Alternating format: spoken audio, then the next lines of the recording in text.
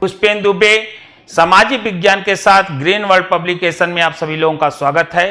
तो Rajiv question bank 2024 के जो महत्वपूर्ण प्रश्न हैं उन्हीं और वह प्रश्न आज का जो है खनिज तथा ऊर्जा संसाधन। कौन सा है? खनिज तथा ऊर्जा संसाधन। तो टॉपिक को शुरू करने के पहले बच्चों चैनल को लाइक, सब्सक्राइब और शेयर करना ना भूलें। अब ठीक है, तो शुरू करते हैं। तो क्वेश्चन जानिएगा, खनिज तथा ऊर्जा संसाधन का बहुविकल्पी प्रश्न 1, वर्णनात्मक 4 और वर्णनात्मक 6 अंकों के प्रश्न इस ढंग से पूछे जाएंगे। 3 प्रकार के आपके क्वेश्चन पूछने का नेचर रहेगा। आप जो 3 प्रश्नों को 3 ढंग से करेंगे। पहला होगा बहुविकल्पी, उसके वर्णनात्मक नंबर 1 और वर्णनात्मक नंबर 2। वर्णनात्मक में एक 4 अंक का होगा, फिर 6 अंक के। तो शुरू करते हैं पहला क्वेश्चन। निम्न में से कौन सा राज्य मैग्नीज का सबसे बड़ा उत्पादन? इतने राज्यों में सबसे बड़े मैग्नीज का उत्पादन कौन है बच्चों? तुरंत पता है। मैग्नीज के उत्पादन में कौन सा राज्य सबसे बड़ा उत्पादक राज्य है? कौन सा राज्य है? उड़ीसा। कौन सा है? उड़ीसा। दूसरा है, कोयला निम्नलिखित में से किस प्रकार का संसाधन है? तो अजैव संसाधन, प्रवाह संसाधन, आणविकरण योग्य। कोयला निम्नलिखित में से किस प्रकार का संसाधन है? आणविकरण योग्य। लिग्नाइट कोयला के प्रमुख उत्पादक क्षेत्र नवेली, झरिया, रानीगंज, कोरबा। काफी मशहूर है लिग्नाइट कोयला, मशहूर है। उत्पादन क्षेत्र में कहां? नवेली में। कहां है बच्चों? नवेली।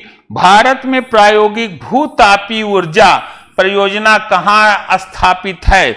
भूतापीय ऊर्जा परियोजना कहां स्थित है? तो भूतापीय परियोजना कहां स्थित है बच्चों? कच्छ की खाड़ी, पूगा घाटी, लद्दाख। भूतापीय ऊर्जा कहां परियोजना है?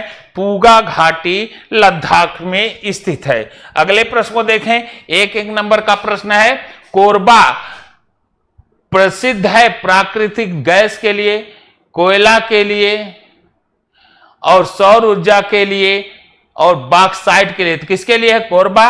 कोरबा आपका प्रसिद्ध है किसके लिए बच्चों? तो जरा देखें, कोरबा आपका प्रसिद्ध है कोयला के लिए। किसके लिए प्रसिद्ध है? कोयला के लिए। तो हमारा अगला प्रश्न है, हेमेटाइट का संबंध किस खनिज से है? हेमेटाइट, लिग्नेटाइट में जो है यह लोहा का संबंध किससे है? तो इसका संबंध लोहे से है। निम्नलिखित में से कौन सा खनिज आधारभूत है? आधार बेसिक है, स्ट्रक्चर है, वह है कौन? मैग्नीज, अभ्रक, लौह अयस्क मेरा आधारभूत है। निम्नलिखित में से कौन सा ऊर्जा का परंपरागत स्रोत है? परंपरागत हमारे यहां ऊर्जा का स्रोत कौन सा है? कोयला। सौर ऊर्जा नहीं, कोयला। तो परंपरागत ऊर्जा का स्रोत हमारा कौन है? कोयला परंपरागत स्रोत है। निम्नलिखित में से कौन सा राज्य तांबा का मुख्य उत्पादक है? तांबे के मुख्य उत्पादन में है कौन सा? मध्य प्रदेश। मध्य प्रदेश तांबे का बहु महत्वपूर्ण उत्पादक क्षेत्र है। अगले क्वेश्चन को देखिएगा, निम्नलिखित में से कौन सा खनिज अधात्विक है? मैग्नीज। धात्विक, अधात्विक 2 प्रकार के खनिज हैं। तो यहां पर कौन कह रहा है कौन सा खनिज अधात्विक है? तो अधात्विक क्वेश्चनों को में हम देखें तो अधात्विक क्वेश्चन हमारे कौन हैं?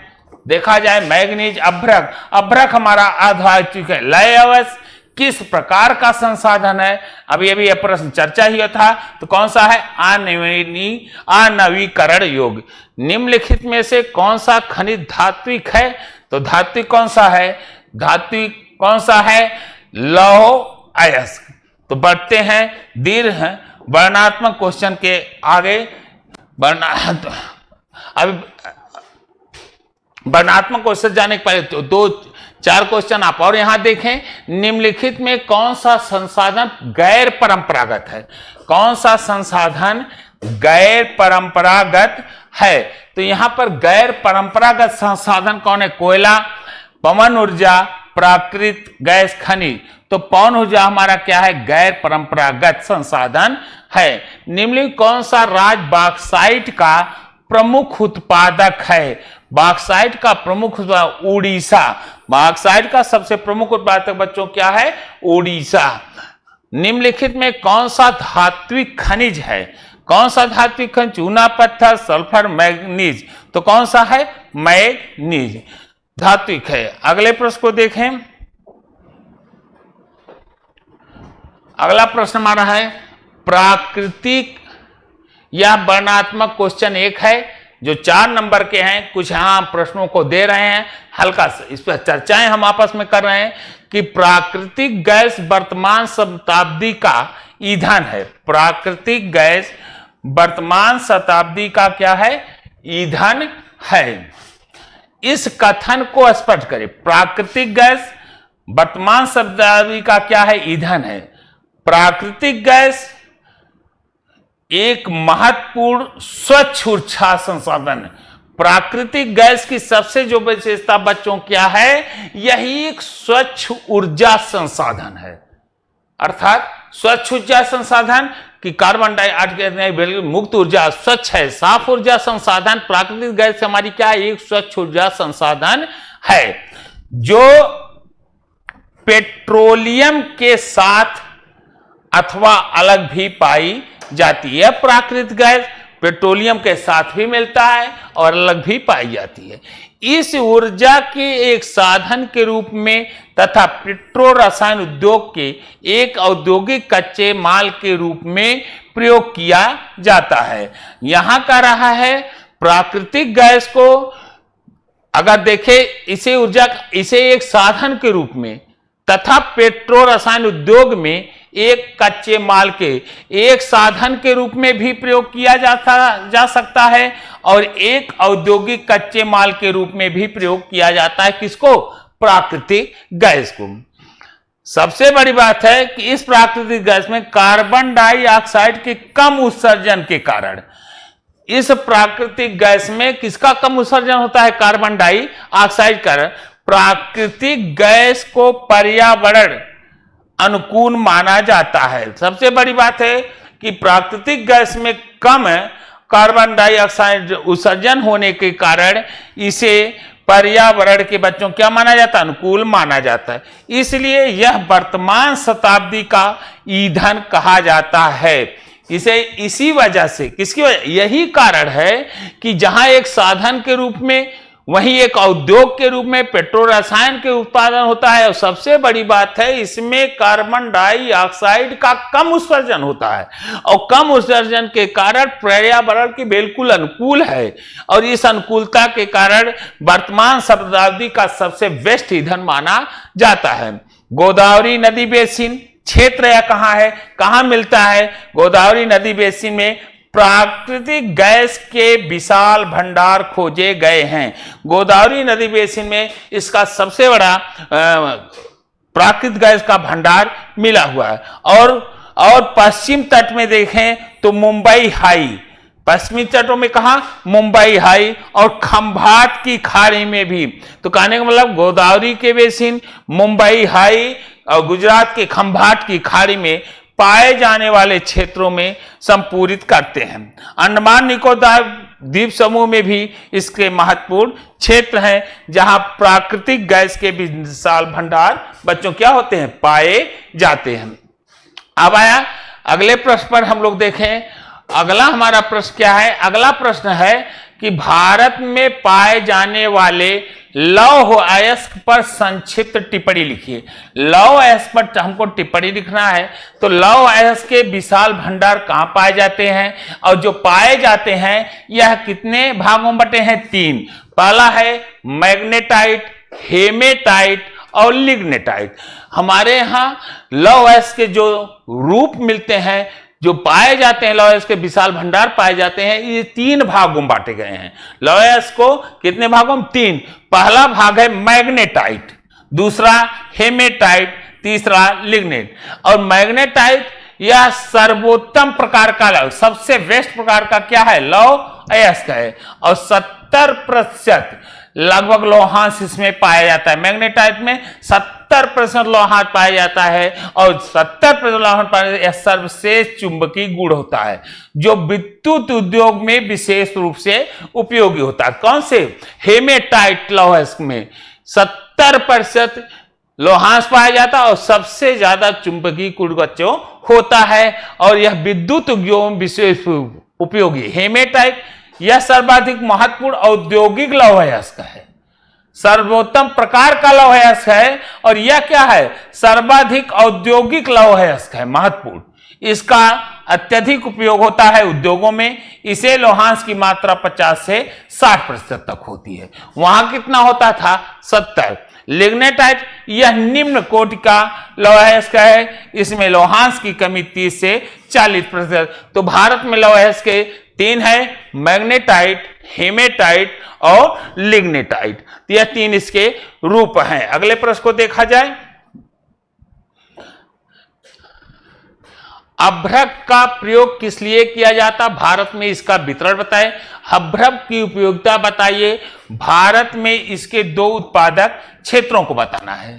तो अभ्रक क्या है, एक खनिज है। अभ्रक क्या है बच्चों, खनिज है जो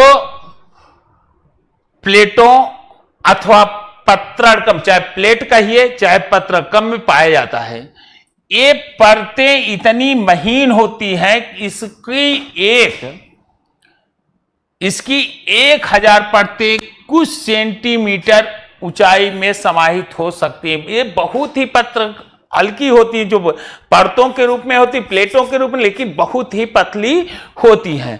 अभ्रक पारदर्शी, काले, हरे, इनका जो कितने प्रकार के पाए जाते हैं अभ्रक, देखिए पारदर्शी भी, काले, हरे, लाल, पीले अथवा भूरे रंग के हो सकते हैं। अभ्रक का कोई एक रंग नहीं, देखिए पारदर्शी हो सकता है, काला हो सकता है, हरा हो सकता है, लाल हो सकता है, भूरा हो सकता है।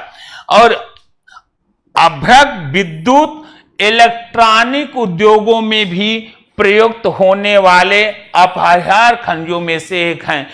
ये कहां कहां, विद्युत और इलेक्ट्रॉनिक में भी प्रयोग होते रहते हैं। अभ्रक का निक्षेपण कहां से होता है, छोटा नागपुर के पठार के उत्तरी पठारी किनारों पर पाए जाते हैं।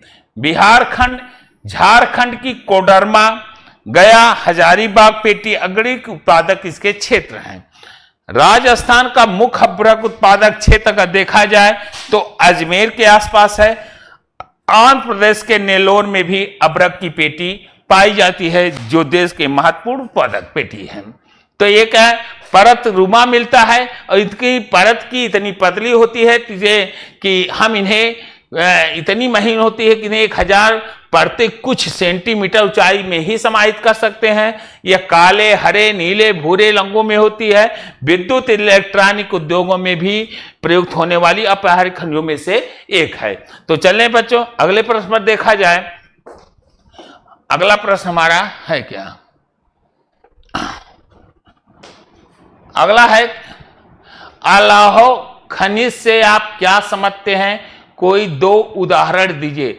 अलौह खनिज में, अलौह खनिज से आप क्या, पहली बात तो यानी अलौह खनिज है, कहने मतलब इसमें लौह का अंश नहीं होता। अलौह है तो इसमें क्या नहीं होगा, लोहे का अंश नहीं होता।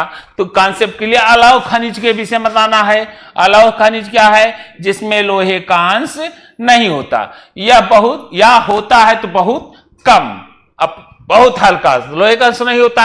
अब जहां लोहे का अंश नहीं होता वो उसे हम अलौह कहेंगे। इसमें है कौन, सोना है, चांदी है, प्लेटिनियम है, तांबा है, टीन, जिंक, सीसा, जस्ता आदि पाए जाते हैं। तो अलौह में क्या है, जहां लोहे का मात्रा कम हो या ना पाया जा। तो इसमें है कौन, सोना, चांदी, प्लेटिनियम, टीन, जिंक, सीसा, जस्ता आदि। अगला है भारत में लौह अयस्क के उत्पादन पर संक्षेप में लिखिए। इसके उत्पादन पर, लौह अयस्क के उत्पादन पर बताना है। लौह अयस्क उत्पादन किन 3 पेटियों में पाई जाती है। अब यहां पर ध्यान देना, भारत में रहते हैं, भारत में लौह अयस्क का विशाल भंडार है। भारत में हेमेटाइट, मैग्नेटाइट अभी विभाजन किया गया, तो लौह अयस्क का विशाल भंडार है। लेकिन इस विशाल भंडार में मैग्नेटाइट सर्वोत्तम प्रकार का लौह अयस्क है। कौन सा लौह है सर, मैग्नेटाइट सर्वोत्तम प्रकार का लौह है, जिसमें 70% लोहांश पाया जाता है। मैग्नेटाइट में कितने पाया जाता है, 70%। वहीं हेमेटाइट सर्वाधिक महत्वपूर्ण मैग्नेटाइट सर्वोत्तम है 70, लेकिन हेमेटाइट औद्योगिक अयस्क है जिसमें 50 से 60% लौहांश पाया जाता है। भारत विश्व का 7.1% लौह अयस्क खनन करता है। कितना? 7.1 लौह अयस्क खनन कर पाया किया जाता है। अगर देखें तो भारत विश्व का 7.1% लौह अयस्क खनन कर प्रमुख लौह उत्पादक देश बना है। इसका विश्व में लौह उत्पादन में कौन सा स्थान है? 5वां। कितना सा? 5वें स्थान पर है। भारत में लोहे की सुरक्षित भंडारों का अनुमान 1760 करोड़ टन लगाया गया है। और इसका जो क्षेत्र है झारखंड, छत्तीसगढ़, उड़ीसा, मध्य प्रदेश, तमिलनाडु, कर्नाटक, आंध्र प्रदेश राज्यों में लोहा निकाला जाता है। भारत में लगभग आधा लौह अयस्क निर्यात किया गया है। जापान इसका प्रमुख आयातक देश है। कौन सा? तो 3 प्रकार के लौह अयस्क पाए जाते हैं। इसके क्षेत्र कौन कौन से हैं भारत में? और भारत में सर्वोत्तम प्रकार का जो लोहा है वह कौन सा लोहा है? हेमेटाइट। यहां पर आप देखेंगे मैग्नेटाइट। मैग्नेटाइट में जहां लोहांश 70%, हेमेटाइट वहीं लोहांश 50 से 60%, जो औद्योगिक करणों के लिए आवश्यक है। इसका उत्पादन लौह अयस्क का जो खनन होता है हमारे पूरे विश्व का 7.1% उत्पादक देशों में, यह विश्व लौह उत्पादन में लगभग 5वां स्थान है। तो आगे बढ़ते हैं। पाया जाता है। अगला प्रश्न है धात्विक खनिज किसे कहते हैं? इसके 2 खनिजों का नाम लिखिए। धात्विक खनिज किसे कहते हैं? इसके 2 खनिजों का हमें नाम बताना है। तो धात्विक खनिज के अंतर्गत कहा किसका जाता है? धात्विक खनिज के अंतर्गत आने वाले खनिजों को खादानों से, धात्विक खनिजों के अंतर्गत आने वाले खनिजों को कहां? खादानों से निकाल कर साफ करते हैं, जिससे उनमें विशेष प्रकार की चमक आ जाती है। और विशेष प्रकार ये कहां से? धात्विक खनिज के अंतर्गत आने वाले में क्या है? खनिजों को हम कहां से निकालते हैं? खादानों से। और उन्हें निकाल करके विशेष प्रकार से उसमें निकालते हैं और साफ करते हैं। और साफ करेंगे तो ऐसे खादानों से निकले हुए धातुएं में क्या आ जाएगी? चमक आ जाती है। इसमें क्या क्या है? सोना, चांदी, तांबा, जस्ता, लोहा, सीसा खनिज शामिल है। यही इसमें महत्वपूर्ण शामिल हैं। तो बढ़े अगले प्रश्न पर। ऊर्जा के परंपरागत स्रोत किसे कहते? भारत में खनिज तेल के 2 क्षेत्रों के नाम लीजिए। ऊर्जा के परंपरागत स्रोत किसे कहते? उदाहरण से बताइए। ऊर्जा के बच्चों परंपरागत स्रोत कौन है?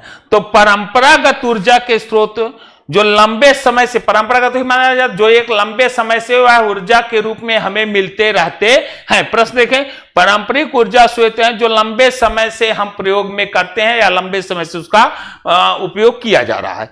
ये प्राकृतिक में तय तथा सीमित मात्रा में लंबे समय से उपयोग करें, लेकिन ये प्रकृति में देखा जाए तो ये सीमित मात्रा में उपलब्ध होते हैं। एक गैर नवीकरणीय होते हैं। ये मुख्य रूप से औद्योगिक और तथा व्यावसायिक उद्देश्यों के पूर्ति के लिए किए जाते हैं। इनका मुख्य काम क्या है? कहां? ये औद्योगिक तथा व्यावसायिक उद्देश्यों की पूर्ति के लिए ही प्रयुक्त होते हैं। जीवाश्म ईंधन, ऊष्मीय शक्ति ऊर्जा, जल विद्युत ऊर्जा, बायोमास, पवन ऊर्जा परंपरागत ऊर्जा के स्रोत हैं। कौन कौन से ऊर्जा के स्रोत हैं? इनका देखिए उपयोग कहा तो मुख्य रूप से यह जो परंपरागत है कौन? जीवाश्म ईंधन, ऊष्मीय शक्ति ऊर्जा, जल विद्युत ऊर्जा, बायोमास, पवन ऊर्जा। यह मुख्य रूप से औद्योगिक और व्यावसायिक उद्देश्यों की पूर्ति के लिए ही किए जाते हैं और ये परंपरागत ऊर्जा है। भारत में खनिज तेल के 2 क्षेत्र हैं। कौन कौन सा है? मुंबई हाई और कलोल। कौन कौन सा है? मुंबई हाई और कलोल। अगले प्रश्नों को देखा। अगला प्रश्न हम लोगों का क्या है? खनिज संरक्षण की आवश्यकता पर एक संक्षिप्त टिप्पणी लिखिए। खनिज संरक्षण की आवश्यकता है, खनिज को भी संरक्षण की आवश्यकता है, इस पर हमें एक टिप्पणी लिखना है। तो वर्तमान औद्योगिक में विभिन्न प्रकार के खनिजों का भारी प्रयोग, खनिजों का ही तो इस औद्योगिक युग में किसका प्रयोग किया जा रहा, खनिजों का ही तो भारी उपयोग किया जा रहा है। औद्योगिक युग में सबसे ज्यादा प्रयोग किसका किया जा रहा है, खनिजों का प्रयोग किया जा रहा है।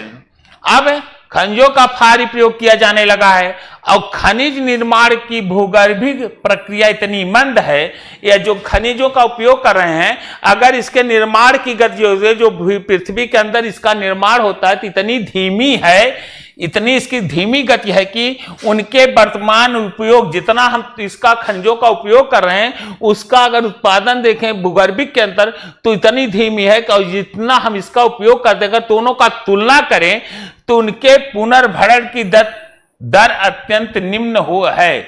उनका दर क्या है, जितना हम खनिजों का जिस रफ्तार से उपयोग कर रहे हैं, अगर वही खनिजों का हम उत्पादन पर देखा जाए, जो जन्म भूगर्भिक में उनका उनकी जो भूगर्भ के अंतर उनकी जो प्रक्रिया है उत्पादन होने की, उत्पन्न होने की, वो इतनी मंद है कि अगर इसका हम तुलना करते तो उनका पुनर्भरण अगर हम उसको उपयोग कर ले जाते तो उसको इतनी जल्दी से हम भर नहीं पाएंगे। इसलिए खनिज संसाधन सीमित अनवीनीकरण होता है। खनिज संसाधन हमारे क्या हैं, सीमित हैं, अनवीनीकरण हैं। और समृद्ध खनिज निक्षेप संपत्ति देश के मूल्यवान संपत्ति है। खनिजों का उत्पादन देश का मूल्यवान संपत्ति है, लेकिन यह संपत्ति हमारी क्या है, यह संसाधन हमारे क्या है, सीमित है, अनवीनीकरण है, किंतु ये अल्पजीवी हैं। अयस्कों के सतत उत्खनन की गुणवत्ता गहराई बढ़ने के साथ घटती जा रही है। अगला प्रश्न हमारा क्या बच्चों, ऊर्जा के गैर परंपरागत स्रोत किसे कहते हैं, भारत के सौर ऊर्जा का भविष्य कैसा है, भारत के सौर ऊर्जा का भविष्य कैसा है। दो खनिजों के नाम लिखे, यहां पर देखें ऊर्जा के परंपरागत स्रोत किसे कहते, भारत के सौर ऊर्जा का भविष्य कैसे है।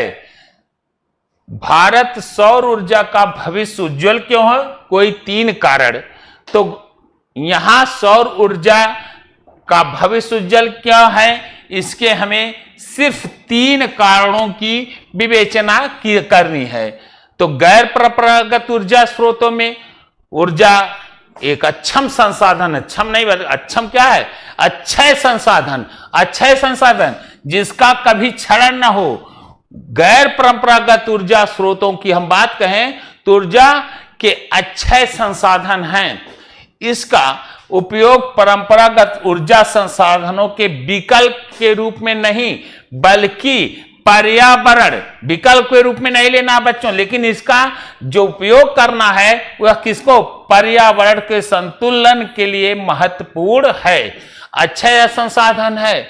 इन परंपरागत ऊर्जा संसाधनों को हम विकल्प के रूप में न मानकर बल्कि हमारी पर्यावरण के लिए यह महत्वपूर्ण है और महत्वपूर्ण होते हुए इनका उपयोग करना चाहिए। जैसे सौर ऊर्जा, पवन ऊर्जा, भूतापीय ऊर्जा तथा ज्वारीय ऊर्जा उत्पादन गैर परंपरागत ऊर्जा को प्राप्त किया जा सकता है। भारत में सौर ऊर्जा, पवन ऊर्जा के विकास की अधिक, पवन ऊर्जा, सौर ऊर्जा के विकास की सबसे अधिक संभावना है। पर्वतीय क्षेत्रों एवं तटीय क्षेत्रों में पवन ऊर्जा को विकसित किया गया। कहां कहां, तो हमारे यहां देखिए सौर ऊर्जा, पवन ऊर्जा, भूतापीय ऊर्जा तथा ज्वारीय ऊर्जा पर गैर परंपरागत ऊर्जा को प्राप्त किया जा सकता है। और भारत में सौर ऊर्जा, पवन ऊर्जा का भी सबसे अधिक हमारे यहाँ अगर सबसे अधिक संभावना किस पर है, सौर ऊर्जा और पवन ऊर्जा की है, जबकि पर्वतीय तटीय क्षेत्रों में पवन ऊर्जा को विकसित किया गया है। सौर ऊर्जा का विकास देश के सभी भागों में किया जा रहा है। वास्तव में वर्तमान समय में अगर देखा जाए तो ऊर्जा की बढ़ती हुई मांग और पर्यावरण की समस्याओं को समाधान के लिए ऊर्जा स्रोत अत्यंत उपयोगी है। यह हमारे लिए अत्यधिक आवश्यक है कि हम इन ऊर्जा का सही ढंग से प्रयोग करेंगे। इसका समाधान सौर ऊर्जा को विद्युत ऊर्जा बदलने का ही मुख्य रूप से सौर ऊर्जा के रूप में जाना जाता है। सौर ऊर्जा क्या है, सौर ऊर्जा को विद्युत ऊर्जा में सौर ऊर्जा को किसमें, विद्युत ऊर्जा में बदलने को ही मुख्य रूप से सौर ऊर्जा के रूप में जाना जाता है। यह बिल्कुल सबसे बड़ी बात है कि सौर ऊर्जा हमारा क्या है बच्चों, प्रदूषण मुक्त है। और सारे सौर ऊर्जा का उपयोग से हम कोयले, सौर ऊर्जा का अगर उपयोग देखें तो कोयले, पेट्रोलियम, अनवीनीकरण ऊर्जा स्रोतों को संरक्षित किया जा सकता। अगर यह ऊर्जा हमको उपयोग करते हैं तो क्या क्या हमें उपयोगिता मिल सकती है, हमें क्या हो सकता है, कोयला, पेट्रोलियम और अनवीकरण ऊर्जा स्रोत को संरक्षित किया जा सकता है। किसका उपयोग करने से, सौर ऊर्जा का। और सौर ऊर्जा बिजली की लागत को कम कर सकती है। सौर ऊर्जा का प्रयोग करने से बिजली की लागत ऑटोमेटिक कम की जा सकती है। सौर ऊर्जा वातावरण के भी लाभकारी है क्योंकि इसमें कार्बन डाइऑक्साइड की हानिकारक पदार्थ नहीं। जब इसे उपयोग किया जाता है तो यह वातावरण में कार्बन डाइऑक्साइड और अन्य हानिकारक गैस नहीं छोड़ती, जिससे वातावरण हमारा दूषित नहीं होता। तो सौर ऊर्जा 6 संसाधन है और पर्यावरण संतुलन को बनाने रखने के लिए सौर ऊर्जा का अधिक से अधिक उपयोग किया जाना चाहिए। सौर ऊर्जा, पवन ऊर्जा, भूतापी ऊर्जा, ज्वारीय ऊर्जा, ये हमारे गैर परंपरागत ऊर्जा हैं। और यह भी है कि सौर ऊर्जा और पवन ऊर्जा का विकास हमारे यहाँ सबसे अधिक बढ़ाया जा। कौन कौन सा, सौर ऊर्जा और पवन ऊर्जा को अगर देखा जाए तो इसका विकास हमें सबसे अधिक बढ़ाया जा सकता है, इसमें संभावनाएं हैं। और इसका विकास कहां, पर्वतीय क्षेत्र, तटीय क्षेत्रों में विकसित किया गया है। सौर ऊर्जा के विकास का देश के सभी भागों में है और इसका मूल कार्य है सौर ऊर्जा विद्युत ऊर्जा में बदल देता है। इसे बदलना ही सौर ऊर्जा कहलाता है। इस ऊर्जा का उपयोग करने से बच्चों यह बिल्कुल प्रदूषण मुक्त होती है सौर ऊर्जा। और इसके उपयोग से कोयले, पेट्रोलियम, अनवीनीकरण ऊर्जा स्रोतों को संरक्षित किया जा सकता है, जो लगातार दोहन हो रहा है। वातावरण के लिए भी लाभदायी है क्योंकि इनका उपयोग करने से कार्बन डाइऑक्साइड और अन्य हानिकारक गैसें जो हैं यह ऊर्जा उपयोग के करते समय छोड़ती नहीं। जैसे पेट्रोलियम, डीजल आदि का जब हम ऊर्जा के रूप में बच्चों प्रयोग करते हैं तो उनसे हानिकारक पदार्थ निकलते हैं, इससे यह संभावनाएं नहीं है। तो बढ़ते हैं अगले प्रश्न पर।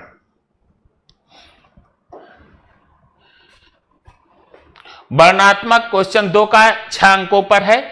खनिज हमारे जीवन के अति अनिवार्य भाग हैं। इस कथन को उपयुक्त उदाहरण सहित स्पष्ट कीजिए।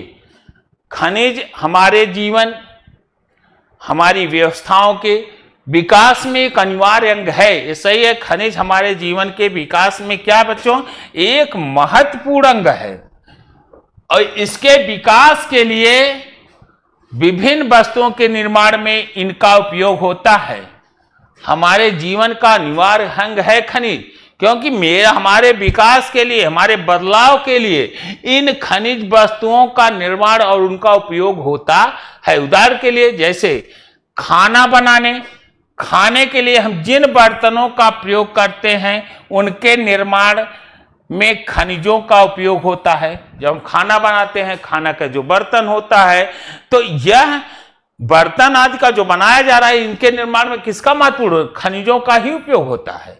चाहे बसें चलें, रेलगाड़ियां हो, कार हो, अन्य वाहन, सभी धरती से प्राप्त ऊर्जा के संसाधनों द्वारा ही चलते हैं।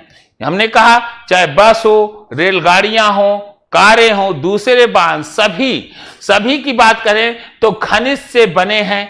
और धरती से यह सारी, चाहे बस हो, चाहे रेलगाड़ी, चाहे वाहन, किससे बने हैं, खनिजों से ही तो बने हैं। और खनिज से बने ही नहीं हैं बल्कि धरती से प्राप्त ऊर्जा संसाधनों द्वारा, जो धरती से हमें संसाधन ऊर्जा के रूप में मिले, उसी से चलते भी हैं। घर, स्कूल तथा दूसरे भवनों के निर्माण में भी हमें खनिजों का उपयोग, मानव के जीवन के प्रत्येक क्षेत्र में खनिजों का ही देखिए। रेल की पटरियां चाहे हो, चाहे सड़क हो, औजार हो, मशीन हो, हथियार हो, साइकिल हो, मोटरसाइकिल आदि, खनिजों से ही निर्मित होते हैं। हम जो खाना खाते हैं उसमें भी विभिन्न खनिज ही होते हैं। हमारे खानों में खनिजों का ही उपयोग है। मनुष्य अपने विकास के प्रत्येक खनिजों का उपयोग किया जाता है और खनिजों का उपयोग अपनी जीविका प्राप्त करने, त्योहारों, धार्मिक स्थानों आदि को पूरा करने के लिए करते हैं। अतः खनिज हमारे जीवन के लिए क्या है? खनिज हमारे जीवन के लिए महत्वपूर्ण अंग हैं। बिना खनिज को अगर हम देखें तो संपूर्ण पर जितना भी मानव के पायदान का है, चाहे भौगोलिक खनिज हो चाहे वायु, इनमें खनिजों का एक महत्वपूर्ण स्थान है। प्राकृतिक गैस और बायोगैस में क्या अंतर है यह बताना है, लिखा भी गया है। जरा देखें प्राकृतिक गैस और बायोगैस में क्या अंतर है। आपका 6 नंबर का क्वेश्चन है। तो देखिए, यह ऊर्जा के रूप में उपयोग में आती है। प्राकृतिक गैस हमारी क्या है? ऊर्जा के रूप में हमें उपयोग में आती है। यह बायोगैस जो है, बायोगैस यह अधिकतर कहां? ग्रामीण क्षेत्रों में। ध्यान देना बच्चों, कहां? ग्रामीण क्षेत्रों में उपयोग में लाई जाती है। यह ऊर्जा के रूप में उपयोग आती ही प्राकृतिक गैस, लेकिन यह बायोगैस जो है केवल ग्रामीण क्षेत्र के रूप में उपयोग में लाई जाती है। यह एक वाणिज्यिक ऊर्जा स्रोत है, जबकि यह एक वाणिज्यिक या घरेलू ऊर्जा, वाणिज्यिक भी है और घरेलू ऊर्जा है, जबकि यह पूरी तरह से वाणिज्यिक ऊर्जा स्रोत है। प्राकृतिक गैस शक्ति संयंत्र स्थापित करने में अधिक समय लगता है।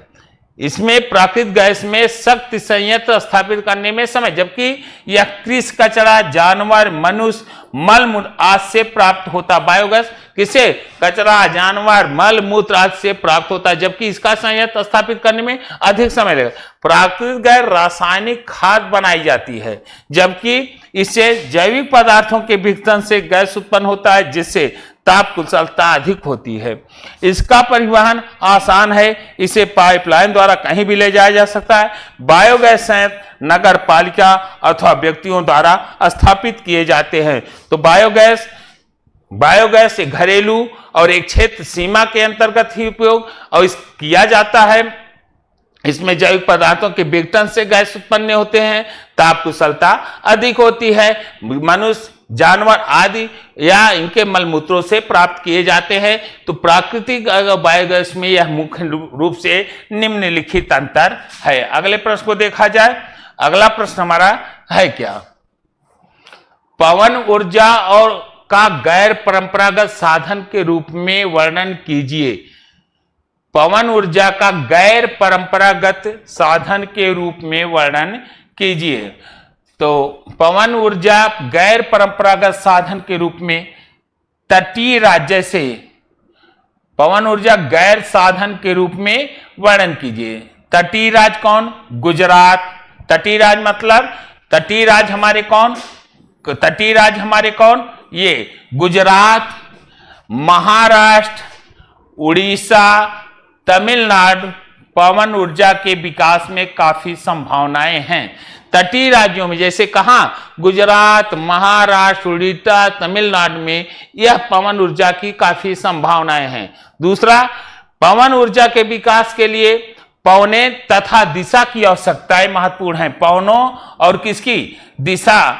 दिशा की आवश्यकता होती है।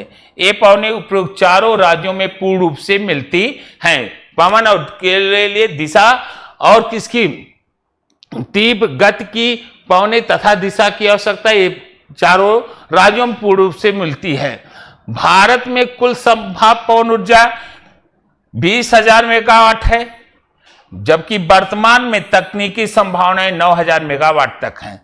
मेगावाट की क्षमता को जोड़ने में भारत की विश्व में जर्मनी, यूएसए और डेनमार्क के बाद चौथे स्थान पर है। अगर इसका देखा जाए मेगावाट की क्षमता को जोड़ने की जो ताकत है वह भारत में विश्व पर किस स्थान पर है? चौथे स्थान पर है। उपयोग, पवन ऊर्जा का उपयोग जल निकालने तथा विद्युत उत्पादन में होता है। जल निकालने और कहां? विद्युत उत्पादन में। पवन चक्की, पवन फार्म स्थापित करने में भी इसका उपयोग किया जाता है। आगे, ऊर्जा के गैर परंपरागत स्रोतों का विस्तार पूर्वक वर्णन कीजिए।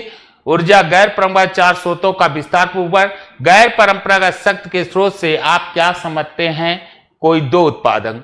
ऊर्जा एक ऐसा संसाधन है जो एक बार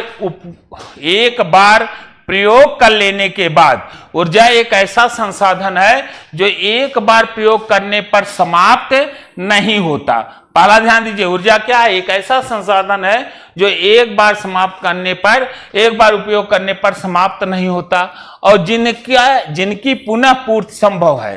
गैर परंपरागत नवीकरण संसाधन कहलाते हैं। गैर परंपरागत है और क्या है? नवीकरण कर बदलाव ला सकते हैं, बदलते रहते हैं, इसलिए नवीकरण संसाधन कहलाते हैं। जैसे सौर ऊर्जा, पवन ऊर्जा, ज्वारीय ऊर्जा, जैविक ऊर्जा आदि। सौर ऊर्जा यह उष्णकटिबंधीय, भारत एक कैसा देश है? यह भारत एक उष्णकटिबंधीय देश है। यहां सौर ऊर्जा के दोहन की अगर देखा जाए तो इसकी संभावनाएं बहुत ज्यादा हैं। फोटोवोल्टाइक प्रौद्योगिकी द्वारा, किस प्रौद्योगिकी? फोटोवोल्टाइक प्रौद्योगिकी द्वारा धूप को सीधे विद्युत में परिवर्तित किया जा सकता है। किसके द्वारा? फोटोवोल्टाइक प्रौद्योगिकी द्वारा धूप को सीधे कहां? विद्युत में परिवर्तित किया जा। भारत के ग्रामीण सुदूर क्षेत्र में सौर ऊर्जा तेजी से लोकप्रिय हो रही। भारत का सबसे बड़ा सौर ऊर्जा संयंत्र भुज के निकट माधोपुर में स्थित है। भारत का सबसे बड़ा सौर ऊर्जा क्षेत्र भुज के निकट बच्चों कहां है? माधोपुर में। पवन ऊर्जा पर हम देखें तो पवन ऊर्जा का प्रयोग जो है पानी बाहर निकालने के लिए कहां किया जाता है? पानी को बाहर निकालने के लिए, खेतों में सिंचाई करने के लिए, बिजली पैदा करने के लिए किया जाता है। कहां किया जाता है? पानी बाहर निकालने के लिए, खेतों में सिंचाई करने, बिजली पैदा करने के लिए किया जाता है। वायु ऊर्जा का प्रयोग गुजरात, तमिलनाडु, उड़ीसा और मध्य महाराष्ट्र में किया जाता है। यह हमारे ऊर्जा के स्रोतों के अंतर्गत। बायोगैस ग्रामीण इलाकों क्षेत्रों में कहां किया जा रहा है? ग्रामीण इलाकों के क्षेत्रों में, झाड़ियों में, कृषि अपशिष्ट पशुओं और मानव जनित पदार्थों में घरेलू उपयोग में हेतु बायोगैस उत्पन्न की जाती है। बायोगैस नगर पालिका, सहकारिता, निजी स्तर पर भी लगाए जा सकते हैं। तो बायोगैस है जो पशुओं, मानव के अवशिष्ट पदार्थ हैं उन्हीं के द्वारा, यह अलग का गैस है, यह शहरी में नहीं बच्चों, यह निश्चित तौर से ग्रामीण इलाकों में ही मिलेगा। और ज्वारी का जो है वह तरंगों, जैसे महासागरों के बीच में, कहां? महासागरों में देखें लिखा गया, महासागरीय तरंगों का प्रयोग कहां करते हैं? विद्युत के उत्पादन में किया जाता है। और खाड़ी के देशों के आर पार द्वारा जहां समुद्री हैं, बड़े बड़े बांध बनाए जाते हैं। कैसे किए जाए? बड़े बड़े बांध बनाकर बनाए जाते हैं। उच्च द्वार होने पर सकड़ी खाड़ी नुमा, और अगर वही कहा जाए कि इनके द्वारा पूरी तरह से अगर बांध बना दिया जाता है और बाढ़ के द्वारा बाहर ज्वार आने पर बांध पर क्या प्रभाव पड़ेगा? पानी को इसी रास्ते पाइप द्वारा समीप की ओर बहाया जाता है और इसका उत्पादन किसके द्वारा किया जाता है? टरबाइन की ओर ले जाता है, इससे विद्युत बनती है। तो ज्वारी से ऊर्जा द्वारा, ज्वार के द्वारा भी विद्युत का उत्पादन या ऊर्जा का उत्पादन किया जाता है। भूतापी है पृथ्वी की आंतरिक से ताप का प्रयोग लगातार उत्पन्न करने वाली विद्युत को विद्युत तापी कहते हैं। फिर से जाने, पृथ्वी के आंतरिक भागों से, पृथ्वी के आंतरिक, जहां हम देखते हैं कोड से चलता है, आंतरिक गहराई जितना हम ऊपर जाते, क्षोभ मंडल, सब महाताप मंडल, मध्य मंडल, आयन मंडल है, वहीं पृथ्वी की आंतरिक बनावट भी है। तो यहां क्या करा? पृथ्वी की आंतरिक भागों से ताप का प्रयोग कर उत्पन्न की जाने वाली विद्युत को, जो पृथ्वी के आंतरिक भागों से ऊर्जा ले रहे हैं हम, उससे जो विद्युत उत्पन्न किया जा रहा है उसे भूतापी ऊर्जा कहते हैं। भूतापी ऊर्जा के दोहन के लिए लद्दाख, भूतापी का जो क्षेत्र है जिसका हम दोहन करते हैं, उसका प्रमुख क्षेत्र कहां है? लद्दाख। लद्दाख के साथ साथ ये भी ध्यान दीजिएगा, लद्दाख तो है ही है, लेकिन हिमाचल प्रदेश में भी 2 प्रायोगिक परियोजनाएं शुरू कर दी गई हैं। जियोथर्मल ऊर्जा, हिमाचल प्रदेश में गर्म पानी के चश्मे से यह पैदा की जाती है। इसका प्रयोग ठंडे भंडार केंद्रों में किया जाता है। ऊर्जा का लगातार बढ़ते हुए उपयोग को देखते हुए अगर देखा जाए तो परंपरागत संसाधनों को समाप्त के कगार पर पहुंचाया, जिस कारण विकास की प्रक्रिया को निरंतर बनाने में सहायक हो रही है। सबसे बड़ी बात है कि ऐसे परंपरागत जो हमारे ऊर्जा के स्रोत हैं, इन ऊर्जा के स्रोतों से किसी भी प्रकार की कहा जाए तो कहीं भी नुकसानदायक नहीं है, अर्थात कार्बन डाइऑक्साइड आदि की बढ़ोतरी नहीं हो रही, हमारे नियंत्रण में है। लेकिन इनके उपयोग पर अगर हम पेट्रोल जो और भी हैं, डीजल की अपेक्षा अगर हम सौर ऊर्जा, भूतापीय ऊर्जा का उपयोग करते हैं तो मानव की व्यवस्थाओं पर किसी भी प्रकार की हानिकारक प्रभाव नहीं पड़ता इन तापीय ऊर्जाओं से। तो अगले प्रश्नों पर हम लोग बच्चे चलते हैं। अगला प्रश्न देखें क्या है। तो इसी के साथ बच्चों आज के क्लास को हम यहीं पर समाप्त करते हैं। क्लास समाप्त करने के पूर्व चैनल को लाइक सब्सक्राइब करना न भूले। कल फिर इसी समय। नमस्कार।